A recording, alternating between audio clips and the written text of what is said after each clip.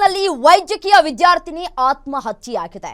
ಇದ್ದೊಬ್ಬ ಮಗಳನ್ನ ಕಳೆದುಕೊಂಡು ತಾಯಿ ಗೋಳಾಡ್ತಾ ಇದ್ದಾರೆ. ಲೆಕ್ಚರರ್ ಕಿರುಕುಳದಿಂದ ಆತ್ಮಹತ್ಯೆ ಅಂತ ಹೇಳಿ ತಾಯಿ ಆರೋಪವನ್ನ ಮಾಡ್ತಾ ಇದ್ದಾರೆ.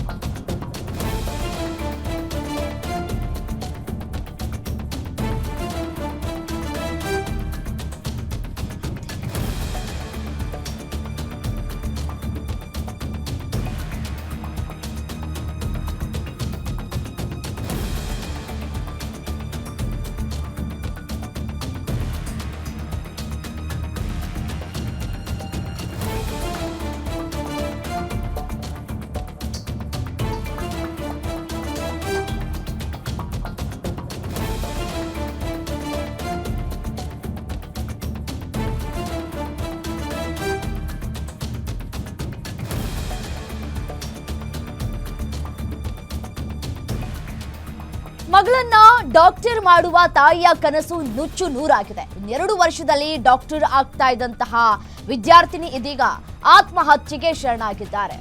ನೋಡಿ, ವಿದ್ಯಾರ್ಥಿನಿ ಆತ್ಮಹತ್ಯೆಗೆ ಶರಣಾಗಿರುವಂತಹ ಹಿನ್ನೆಲೆಯಲ್ಲಿ ಇದೀಗ ತಾಯಿಯ ಗೋಳಾಟ ಯಾವ ರೀತಿಯಾಗಿದೆ ಅಂತ ಹೇಳಿ ಊಹೆನೂ ಕೂಡ ಮಾಡ್ಕೊಳ್ಳೋದಕ್ಕೆ ಸಾಧ್ಯ ಇಲ್ಲ.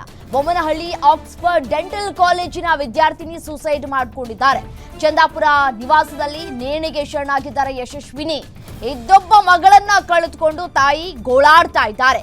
ಲೆಕ್ಚರರ್ ಕಿರುಕುಳದಿಂದಲೇ ಆತ್ಮಹತ್ಯೆ ಅಂತ ಹೇಳಿ ತಾಯಿ ಆರೋಪ ಮಾಡ್ತಾ ಇದ್ದಾರೆ. ಪರಿಮಳ ಬೋದೇವಯ್ಯ ದಂಪತಿಯ ಒಬ್ಬಳು ಮಗಳು ಯಶಸ್ವಿನಿ. ಕಾಲೇಜಿನಲ್ಲಿ ಸೆಮಿನಾರ್ಗೆ ಅವಕಾಶ ನೀಡದೆ ಟಾರ್ಚರ್ ಕೊಟ್ಟಿರುವಂತಹ ಆರೋಪ ಕೇಳಿ ಬರ್ತಾ ಇದೆ. ರೇಡಿಯಾಲಜಿ ಕೇಸ್ ಕೂಡ ನೀಡದೆ ಕಿರುಕುಳವನ್ನ ಕೊಟ್ಟಿರುವಂತಹ ಆರೋಪ ಕೂಡ ಕೇಳಿ ಬರ್ತಾ ಇದೆ. ರಜೆ ಹಾಕಿದ್ದಕ್ಕೆ ಸಹಪಾಠಿಗಳ ಎದುರು ಅವಮಾನಿಸಿದ್ರಂತೆ ಲೆಕ್ಚರರ್. ಮೃತ ವಿದ್ಯಾರ್ಥಿನಿಗೆ ನ್ಯಾಯವನ್ನ ಕೊಡಿಸುವಂತೆ ಆಗ್ರಹಿಸಲಾಗ್ತಾ ಇದೆ. ಶವಾಗಾರದ ಮುಂದೆ ತಾಯಿ ಸ್ನೇಹಿತರು ಗೋಳಾಡ್ತಾ ಇದ್ದಾರೆ. ಇದ್ದ ಒಬ್ಬ ಮಗಳನ್ನ ಡಾಕ್ಟರ್ ಮಾಡಬೇಕು ಅಂತ ಹೇಳಿ ಬಹಳ ದೊಡ್ಡ ಕನಸನ್ನ ಕಟ್ಕೊಂಡಿದ್ದಂತಹ ತಾಯಿಯ ಕನಸು ನುಚ್ಚು ನೂರಾಗಿದೆ. ಮಗಳನ್ನ ಕಳೆದುಕೊಂಡಂತಹ ತಾಯಿಯ ಹೃದಯ ಯಾವ ರೀತಿಯಾಗಿ ಗೋಳಾಡ್ತಾ ಇದೆ ಅನ್ನೋದನ್ನ ದೃಶ್ಯದಲ್ಲಿ ಗಮನಿಸ್ತಾ ಇದ್ದೀರಿ. ಅಷ್ಟು ವರ್ಷ ಸಾಕಿ ಸಲಹಿದಂತಹ ಮಗಳು ಈ ರೀತಿಯಾಗಿ ಧೈರ್ಯವನ್ನ ಕಳೆದುಕೊಂಡು ಆತ್ಮಹತ್ಯೆಯನ್ನ ಮಾಡ್ಕೊಳ್ತಾರೆ. ಅದು ವೈದ್ಯ ಆಗ್ಬೇಕಾಗಿದ್ದಂತಹ ವಿದ್ಯಾರ್ಥಿನಿಗೆ ಧೈರ್ಯನೇ ಇಲ್ಲದೆ ಈ ರೀತಿಯಾಗಿ ಫೇಸ್ ಮಾಡದೇನೆ ಅವಮಾನಕ್ಕೆ ಒಳಗಾಗಿ ಈ ರೀತಿಯಾಗಿ ಆತ್ಮಹತ್ಯೆಗೆ ಶರಣಾಗಿರೋದಕ್ಕೆ ತಾಯಿ ಆಕ್ರಂದನ ಮುಗಿಲು ಮುಟ್ಟಿದೆ. ಅಟ್ಲೀಸ್ಟ್ ಪ್ರೀತಿಯಿಂದ ಒಂದು ಮಾತಾಡ್ಬೋದಾಗಿತ್ತಲ್ವಾ? ಇವಾಗಲ್ಲ ನಾನು ಆಮೇಲೆ ಕೊಡ್ತೀವಿ ಅಂತ ಈ ಥರನ ಸರ್ ಟಾರ್ಚರ್ ಕೊಡೋದು? ನನ್ನ ಮಗಳು ಯಾವತ್ತೂ ಸುಳ್ಳು ಹೇಳಲ್ಲ ಸರ್. ನನ್ನ ಮಗಳು ಯಾವತ್ತೂ ಸುಳ್ಳು ಹೇಳಲ್ಲ. ನನ್ನ ಮಗ ಬರಬೇಕು ಪ್ರಿನ್ಸಿಪಲ್ ಅಜಯ ಮಾಡಿಬಿಟ್ರು ಸರ್. ಒಬ್ಳು ಸರ್ ಲಕ್ಷ ಕೊಟ್ಟೋದಂತೆ. ಸಾಲ ಸೋಲ ಮಾಡಿ ನಾನು ಕಾಮನ್ ಗೌರ್ಮೆಂಟ್ ಎಂಪ್ಲಾಯಿ. ನನ್ನ ಮಗಳನ್ನ ಕಿತ್ಕೊಬಿಟ್ರಲ್ಲ ಸರ್. 4 ಜನದ ಮುಂದೆ ಅವಮಾನ ಮಾಡಿದ್ರೆ ಸರ್ ರ್ಯಾಂಕ್ ಸ್ಟೂಡೆಂಟ್ಗಳಿಗೆ ಬೇಜಾರಾಗಲ್ವಾ? ಮೊನ್ನೆ ಸೆಮಿನಾರ್ ಇತ್ತಂತೆ. ಸೆಮಿನಾರಲ್ಲಿ ಇವಳಿಗೆ ಮಾತಾಡೋಕ್ಕೆ ಬಿಟ್ಟಿಲ್ವಂತೆ ಸರ್. ನನಗೆ ಅವಳಿಗೆ ಆಕ್ಸ್ಫರ್ಡ್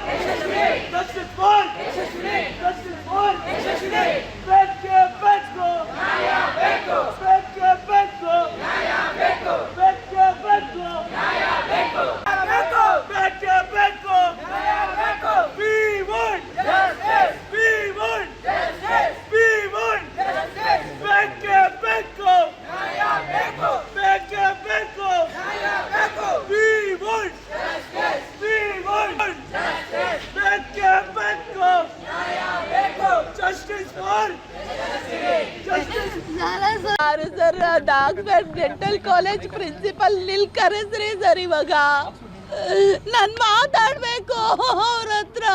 ಅವ್ರಿಗೆ ಮಕ್ಕಳು ಮರಿ ಇಲ್ವಾ ಸರ್? ನನ್ನ ಮಗಳು 3rd ಇಯರ್ ಇವಾಗ ಡೆಂಟಲ್ ಓದ್ತಾ ಇರೋದು. ಎಕ್ಸ್ರೇ ಡಿಪಾರ್ಟ್ಮೆಂಟಲ್ಲಿ ಇದ್ದಿದ್ದು. ಏನು ಸರ್ 1 ಅವರ್ ನಿದ್ದೆ ಮಾಡ್ತಾ ಇರಲಿಲ್ಲ, ಹಂಗೆ ಓದ್ತಾ ಇದ್ಲು ನನ್ನ ಮಗಳು. ಅವಳಿಗೆ ಕಣ್ಣಿನ ನೋವಿತ್ತು ಸರ್.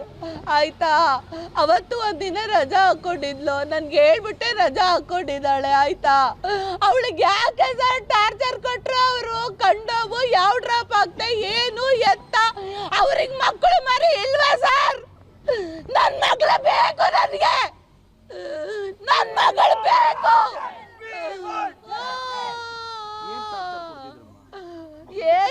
ಮೊನ್ನೆ ಇದು ಸ್ಟ್ರಿಕ್ಟ್ ಡಿಪಾರ್ಟ್ಮೆಂಟ್ ಅಂತ ಎಕ್ಸ್ರೇ ಡಿಪಾರ್ಟ್ಮೆಂಟ್. ಅವಳಿಗೆ ಇದು ಕಣ್ಣು ಅಂತ ರಜಾ ಹಾಕೊಂಡಿದ್ರೆ ಯಾಕೆ ರಜಾ ಹಾಕೊಂಡೆ ನೀನು? ನಿಂಗೆ ಯಾವ ಡ್ರಾಪ್ ಹಾಕಿದ್ರು, ಏನ್ ಹಾಕೊಂಡೆ, ಎಷ್ಟು ಹಾಕೊಂಡೆ, 4 ಜನದ ಮುಂದೆ ಯಾವ ಮಗು ಸುಳ್ಳು ಹೇಳುತ್ತೆ ಸರ್? ಬಾಟ್ಲ್ ಹಾಕೊಂಡ್ರ? ನಂಗೆ ಏನು ಗೊತ್ತಿಲ್ಲ. ಒಟ್ಲಲ್ಲಿ ನನ್ಗೆ ಹೇಳಿದ್ಲು ಬಂದು. ನಾನು ಹೇಳ್ದೆ ನಂಗೆ ಫೋನ್ ಮಾಡ್ಬೇಕಿತ್ತಲ್ಲಪ್ಪ, ನನಗೆ ಫೋನ್ ಮಾಡಿದ್ರೆ ನಾನು ಹೇಳ್ತಾ ಇದ್ದೆ. ನಂಗೆ ಫೋನ್ ಮಾಡಿದ್ರೆ ನಾನು ಹೇಳ್ತಾ ಇದ್ದೆ, ನಾನು ರಿಕ್ವೆಸ್ಟ್ ಮಾಡ್ತಾ ಇದ್ದೆ. ಆದ್ರೆ ಅವ್ರಿಗೆ ಮಕ್ಳು ಮರಿ ಇಲ್ವಾ? ಎಲ್ಲ ಮಕ್ಕಳು ಅವ್ರವ್ರ ಅಪ್ಪ ಅಮ್ಮ ಎಷ್ಟು ಕಷ್ಟಪಟ್ಟು ಓದಿಸ್ತಾರೆ, ಲಕ್ಷ ಲಕ್ಷ ಕೊಟ್ಟು.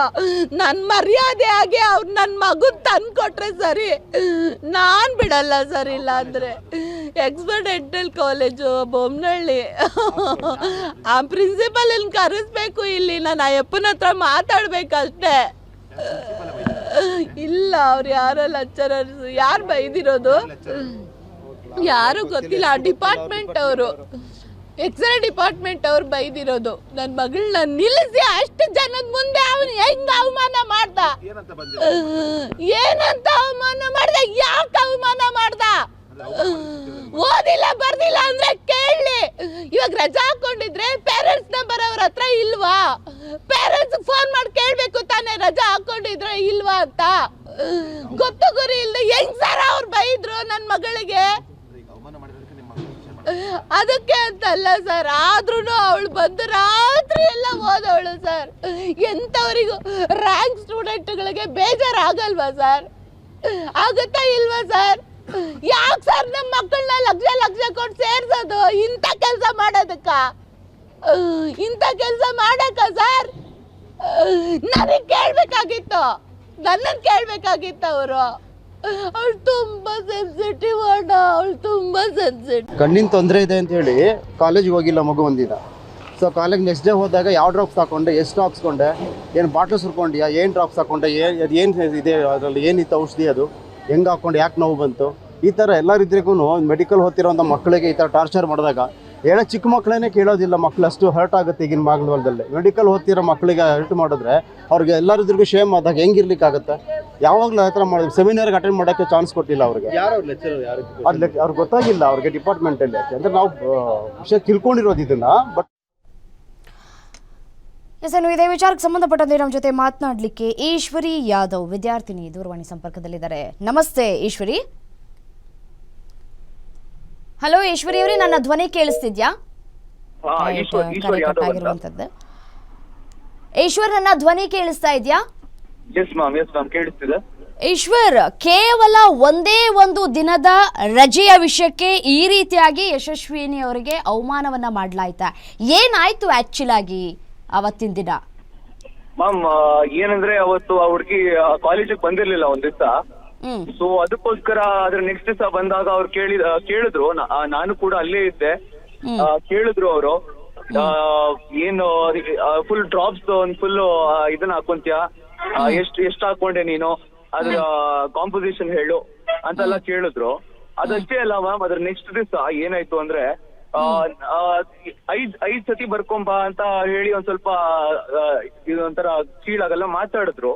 ಅದಾದ್ಮೇಲೆ ಅದ್ರ ನೆಕ್ಸ್ಟ್ ದಿವಸ ತಿರ್ಗಾ ಐದ್ ಸತಿ ಬರ್ಕೊಂಬಂದ್ರೆ ತಿರ್ಗಾ ಸ್ಟಾರ್ಟ್ ಮಾಡಿದ್ರು, ಏನಿದು ಅಷ್ಟು ಓದ್ಕೊಂಬರಕ್ಕಾಗಲ್ವಾ, ಹಾಗೆ ಹೀಗೆ ಅಂತ ಅವ್ರ ಮುಖದ ಬಗ್ಗೆ ಕೂಡ ಮಾತಾಡಕ್ ಸ್ಟಾರ್ಟ್ ಮಾಡಿದ್ರು.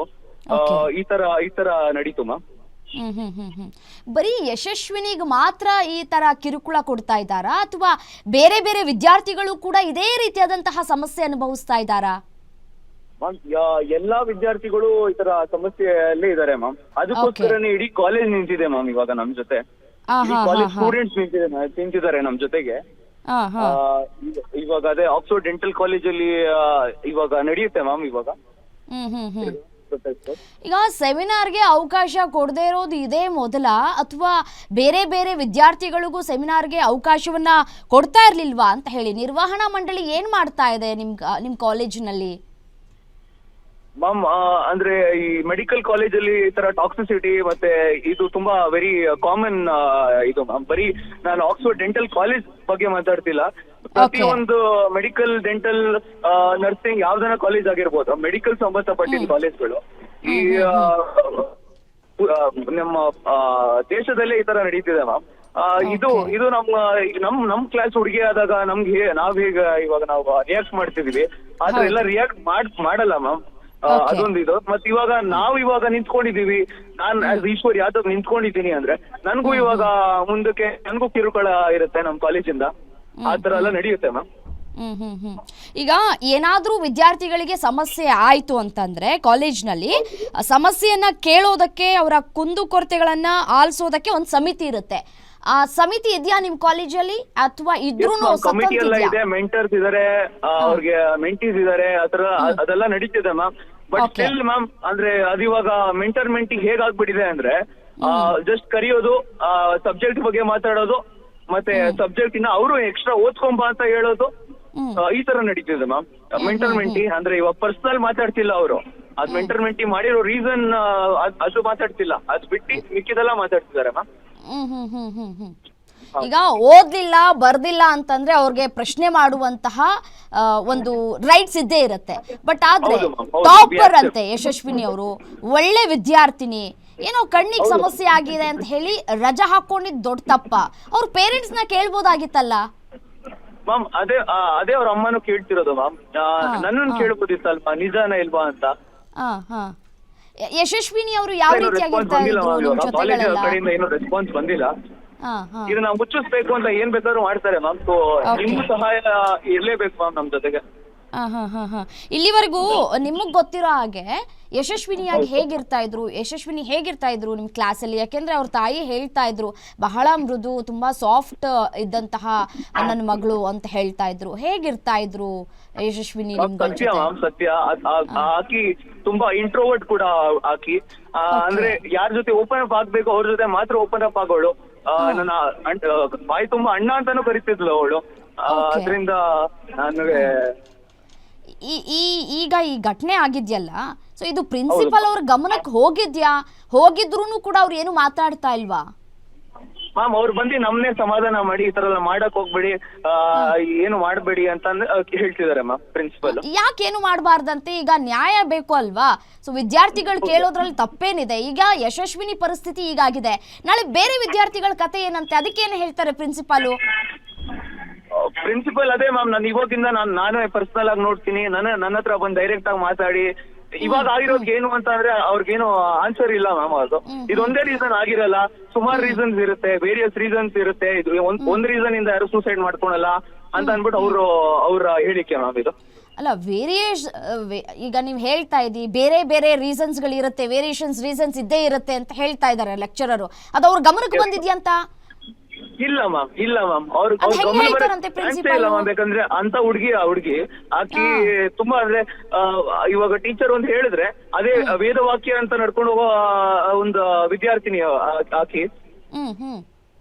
ಅಲ್ಲ ಈಗ ಕಣ್ಣೋವು ಬಂತು ಅಂತಂದ್ರೆ ಅದಕ್ಕೆ ಇವರು ಬೇಕಾಬಿಟ್ಟಿ ಯಾಕೆ ಕೇಳೋದು ಎಷ್ಟು ಮಟ್ಟಿಗೆ ಸರಿ? ಅದೇ ಮ್ಯಾಮ್, ಅದೇ ತಪ್ಪು. ಮತ್ ಇನ್ನೊಂದು ಮ್ಯಾಮ್, ಸ್ವತಃ ನನಗೆ ಹೇಳಿದ್ಲು, ಅಣ್ಣ ನೋಡಿ ಅಣ್ಣ ಏನ್ ಮಾಡೋದಣ್ಣ ಇವ್ರಿಗೆ ಅಂತ ಕೇಳಿದ್ಲು ನನಗೆ ಸ್ವತಃ ನನಗೆ ಕೇಳಿದ್ಲು. ಆಗ ನಾನೇನಂದೆ, ಅಮ್ಮ